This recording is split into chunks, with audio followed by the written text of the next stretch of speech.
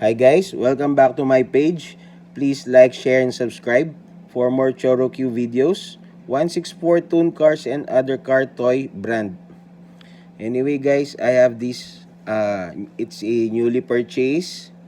It's a Chorokyu Chibico. And this one is the Jomo tanker truck with a paint color white and green. Okay, it has a 6-wheel guys,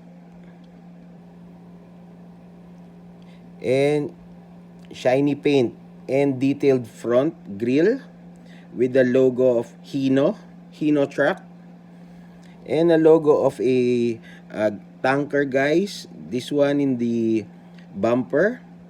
Also it has a, what do you call this, plate number, and the detailed headlight, signal light on the upper part, although it's kind of bit little guys.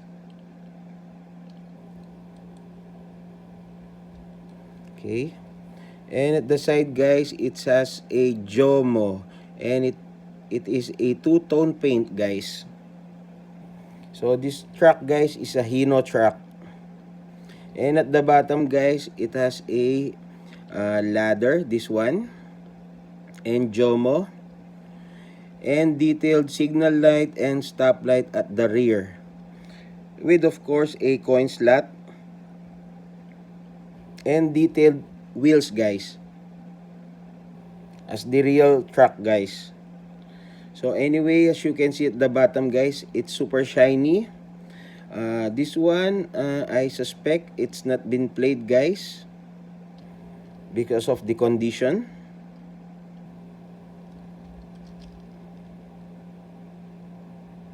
So again guys, this is a Chorokyu Chibico Jomo tanker truck.